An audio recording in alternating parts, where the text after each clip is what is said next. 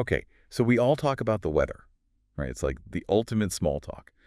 But what if you could go way beyond just, nice day, isn't it? Exactly. Like imagine being able to describe a sudden downpour Yes. like a poet. I love it. Or, really getting into like a deep discussion with a native speaker about whether cloudy afternoons are actually good or bad. Ooh. Well, today we're doing a deep dive into English weather vocabulary. That's right. And not just the basic stuff. Yeah. We're going deep. We are going deep. And I think this is so important because, we often think about weather words as being really simple, really basic. Yeah. But they actually reveal so much about cultural nuances, about how English speakers think about time, even. It's true. Yeah. So to guide us on this journey, we have a fantastic source today. Awesome. It's a snippet from an English language learning podcast. And what I love about it I'm ready. is that it's packed with real-world dialogue examples. I love that. So it's almost like Give me the good stuff.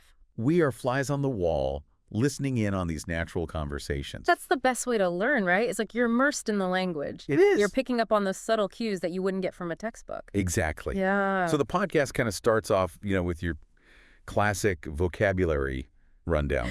Basics. Sunny, rainy, cloudy. The essentials, gotta have them. Exactly, like the building blocks. Yep. But then it gets really interesting because it throws in some curveballs. I like where this is going. Like, hold on to your hat, it's windy. Yes.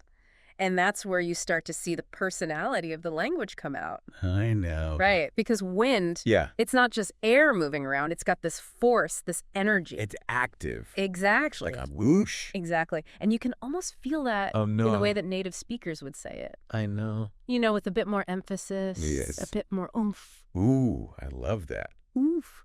Okay, so then So then, it goes on and starts talking about some of the more subtle differences between words. okay. Yeah.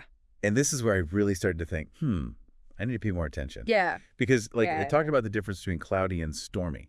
Ooh, good one. And I was like, wait a minute, cloudy, stormy, aren't those kind of the same? Well, that's what's so fascinating, right? Because on the surface, they might seem similar. You think gray skies, Right. Exactly. maybe a little rain? Yeah. But cloudy, it's just an observation. It's neutral. Okay, It's just, that's what the sky looks like right now. interesting. But stormy, ooh, now we're talking drama. We're talking intensity. I love A it. sense of impending, something's about to happen. Yes. It's like nature's turning up the volume a little bit. Wow, okay.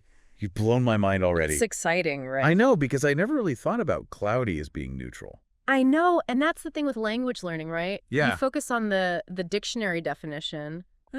But you don't always get those subtle, Those layers. the nuances. Okay, so for someone who's learning English, do you think they would use cloudy differently than a native speaker?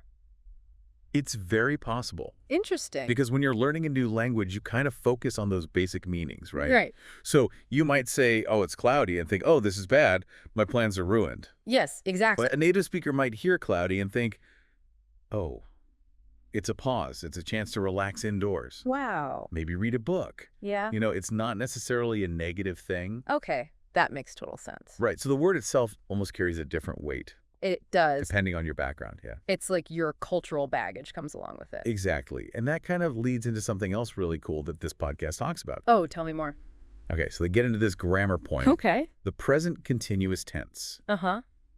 which sounds really technical, It does. but it's actually quite simple. Okay, I'm intrigued. So they use this example of it rains versus it is raining. Okay. And they emphasize how it is raining is the correct way. To describe what's happening right now. Exactly. Because it's about that ongoing action. Right. The present moment. So it's not just about learning a list of words. Nope. It's how those words fit together in a sentence to really convey what you mean. Exactly. And what I find fascinating is this isn't just like some random grammar rule. Right. It actually tells us something deeper Ooh, tell me more. about how English speakers perceive time, this emphasis on the present continuous, the right now. Yeah. It could suggest a culture that's very focused on the present moment, Interesting. on things constantly changing, evolving. I like that. So instead of just saying it rains, which feels kind of static, It does. It's like a fact. yeah, just a fact, right? Okay, it rains sometimes. Yeah, right? Like, so what? exactly. But it is raining gives you that immediacy. Ooh, I like that. It's like you're looking out the window right now and seeing those drops falling. Like you're right there in the moment. Yes, Exactly. that's so cool. And it makes the language feel more alive, right? I think so. More dynamic. Yes, absolutely. So we've got this vocabulary, we've got this grammar, but how do we actually use it? Okay, yeah, that's the big question, right? And that's where the dialogue examples in this podcast really shine. Ooh, I was hoping you were going to say that. They create these little mini plays I love that. to show you how these words and grammar points come to life in natural conversations. Yes. And they're so clever about it because they don't just throw grammar rules at you. They give you context, they give you a situation, and you see how the language fits into that. It's like you're eavesdropping on a real conversation. Exactly. And even in a simple exchange like, how's the weather where you are? Which seems so basic. Right. But even in that simple question, Yeah. there are layers of cultural assumptions built in. Now you've really got my attention. The fact that someone would even ask about the weather? Yeah. Tells you something about social norms, about how people connect with each other.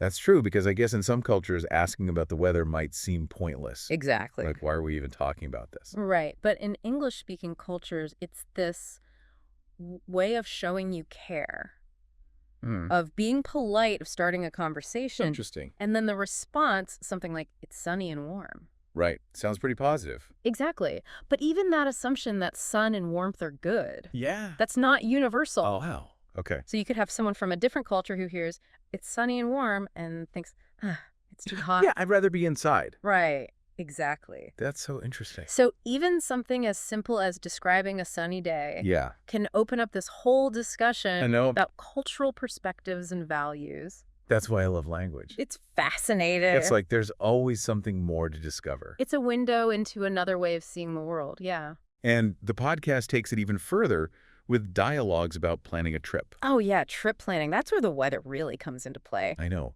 And that's where things get really interesting because you start to see how weather can actually impact decision-making. Exactly. Like, are we going to go on this hike or are we going to stay inside and watch a movie? Right. And, even just that decision can reveal cultural differences. It's like in some cultures, a little rain wouldn't stop anyone. Right, like no big deal. But in others, it'd be like, oh, no, we have to cancel everything. We can't possibly go out in this. Exactly. And I think that speaks to how differently we view the weather's importance. It's so true. And the way we talk about it, that reflects those values. Absolutely. Which is why I think this source is so brilliant. Oh, tell me more.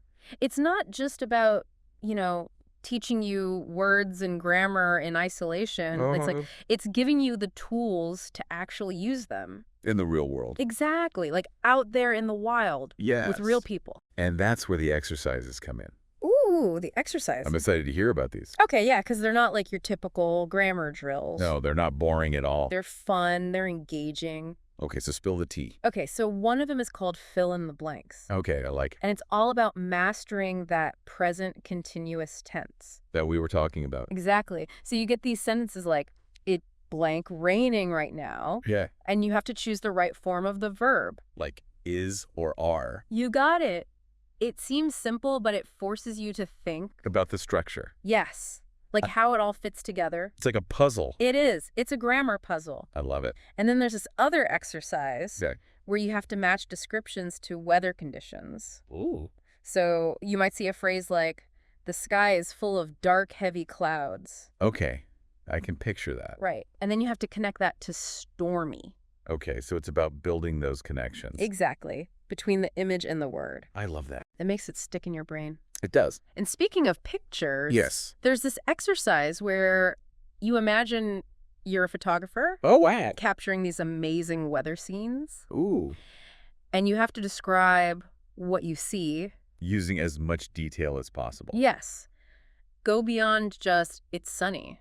Right, like dig deep. Yes, so instead of just saying, it's sunny, you might say, the sun is blazing, casting long shadows across these golden fields. Oh, I love that. You're painting a picture with your words. I know, and that's something that I think even if you're not learning English, Right. just paying attention to how we describe things The nuances. can make our communication so much more vivid. Absolutely. And then there's a writing task. Okay, love a good writing task. So this one asks you to describe the weather in your own city, Okay. but you have to use at least 5 new words. From the podcast. Yes. And of course, the present continuous tense. It's like a little test It is, but it's fun. to see what you've learned. Exactly. It's like putting the puzzle together. Yes. All the pieces come together. I'm so impressed with this source. Me too. It's so comprehensive, It covers so much ground. but it's not overwhelming. No, it keeps you wanting to learn more. Exactly. Like it's not just presenting information. Right. It's making you feel like you're part of the process. Like you're discovering it for yourself. I love that. And that's what makes language learning so rewarding. I know. It's like opening a door to a whole new world. It's like you're not just learning a language. Right. You're learning a new way to see the world. Exactly. And that brings us to this really cool thing they do at the end. Okay, I'm on the edge of my seat. They ask this question, what if weather words could describe moods? I remember that. It's like they're encouraging you to play with language, Yeah. to think beyond just the literal meaning. To get creative. Exactly. So imagine describing someone as having a sunny disposition Okay, yeah, I could see that. or a stormy relationship. Ooh, that's a good one. Suddenly, these everyday weather words become so powerful. I know. They can express emotions. It's like we're unlocking a secret code, I love that. A secret code. a hidden language within language. Exactly. And that's such a powerful thing to remember As we continue exploring this, because it reminds us that language is alive. it's always evolving. And even the simplest words can hold so much meaning. An emotion. Exactly. You know, out of everything we talked about, Yeah. that idea of weather words as metaphors. Oh, it's so cool, right? I can't stop thinking about it. Oh. Like someone having a sunny disposition. It just paints such a vivid picture. It does. It's like instantly you know what kind of person they are. Right. And you don't even need a whole sentence to describe them. Exactly. It's like the weather becomes a shortcut It is. It's like a code. to describe these really complex ideas. And that's something you can really have fun with as you become more fluent. Like, don't just be afraid to experiment. No, play with the language. So instead of saying, I'm happy, you could say, I'm feeling sunny today. Yes. And it just sounds more interesting. It does. It's like you're adding personality. Exactly. And the more you do that, Yeah. the more comfortable you'll become. With really expressing yourself. And that's what fluency is all about, right? It is. It's not just about the rules, No, it's about owning the language. making it your own. Yes. So if you're listening to this Yeah, and you're feeling inspired, I hope so. don't hold back. Let those words flow. Embrace that feeling. Experiment. Try new things. See what happens. Because the more you play with language, Yeah. the more fun it becomes. And the more you learn. And you know what? Mistakes are part of the process. Oh, they're essential. Don't be afraid to make them. That's how you grow. It's all part of the journey. And it's a beautiful journey. It is. Learning a language can open up so many doors. To new cultures, new experiences, new ways of thinking. It's like you're expanding your world. And your mind. So to everyone listening, Yeah. keep exploring. Keep learning Keep having fun with English. because it's an amazing language. And there's always something new to discover. Well, that's all the time we have for today. It flew by. But this has been such a fascinating deep dive. Thank you for having me. It's been a pleasure. I always love talking about language. And I love learning from you. Well, until next time. Keep those weather words flowing. And remember, A little rain never hurt anyone. unless you're in a culture where it cancels all the plans. That's true. All right, we'll see you next time.